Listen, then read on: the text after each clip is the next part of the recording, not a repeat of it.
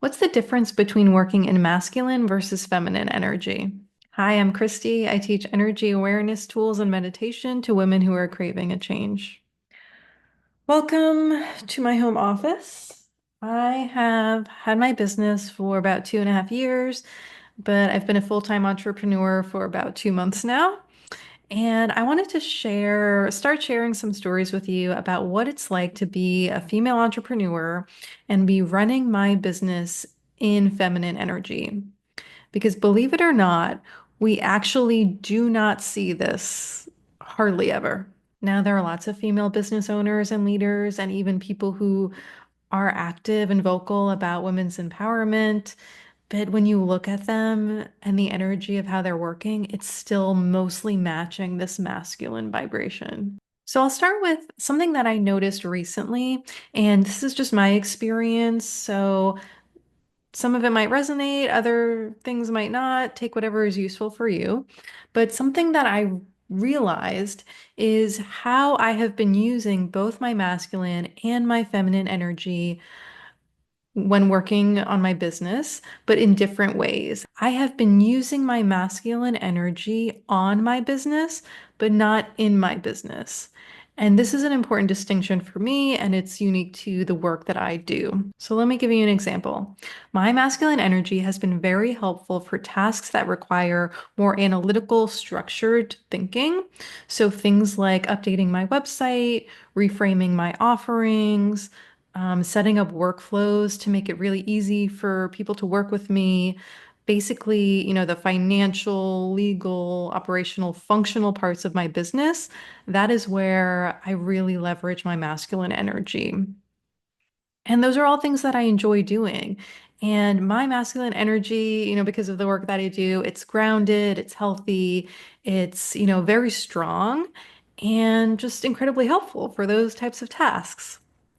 However, when it comes to the work that I'm actually doing, the services I offer, and how I deliver them, that is where my feminine energy shines. So this includes things like teaching, including making content like this. It includes, one-on-one healing work and intuitive readings that I do with people. It includes how I build relationships. So the way that I approach networking and meeting new people. I don't set goals or benchmarks for things like that. I don't have like a content calendar when it comes to creative and intuitive and spiritual work like this. I just find it goes so much easier when I follow my intuition, when I attract rather than force, and just working in this magnetic open flow. It comes so much easier and the results are better. This is also important for the particular work that I do because I'm holding spaces that are inherently different from 99% of the spaces that you inhabit elsewhere in your lives, because most of those spaces are held in masculine energy. I'm holding spaces that are, held in the divine feminine. And so if I were like wrapped up in my own, masculine or like overly analytical or intellectual or rigid energy, then it would just be like every other space. Then it wouldn't be, what I'm saying that it is.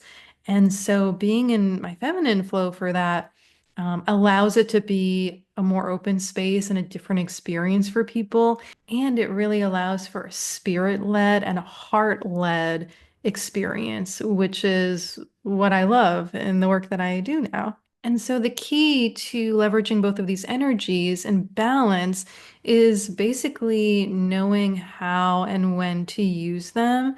And for me, I'm able to kind of switch between them pretty fluidly because of my training and the tools that I use. And it really comes pretty intuitively. I just kind of can sense, when there are certain things that need to be done and kind of bring forward the masculine to help move those forward. And then I can kind of sense also if I'm getting like too wrapped up in those things and too much focused on like structure and needing to have a plan and needing, to know exactly what I'm going to do when. And I can kind of pull back and give myself some space, some ease, some play and freedom.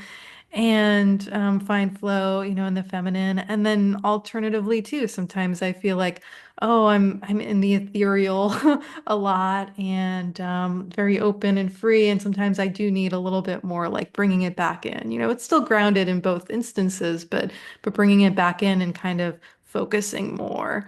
And so it's been really interesting, kind of finding the interplay between them because neither energy is better or worse. It's just about finding what is the balance that suits us in this particular time and for what we're needing in that moment. So chances are you do work that's a little bit different than me, but I'll invite you to think about what aspects of that work lend themselves to being led or contributed to by the masculine energy, and what aspects are more suited to the strengths of the feminine energy.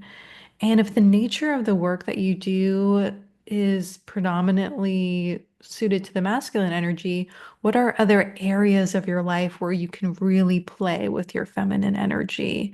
And maybe it's in part of your wellness routine or your self-care routine, or how you approach your weekends or your weeknights when you're not working. Find a way to really explore the feminine, even if it's not in your work.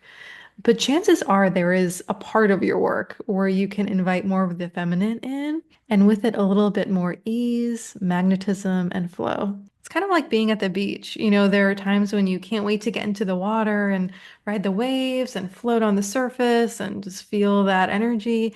And then it's really nice to come back to the shore and just like lay on the sand and be still and feel, the concreteness of the earth. So both of these energies are beneficial. And like I said, the key is finding a balance between them.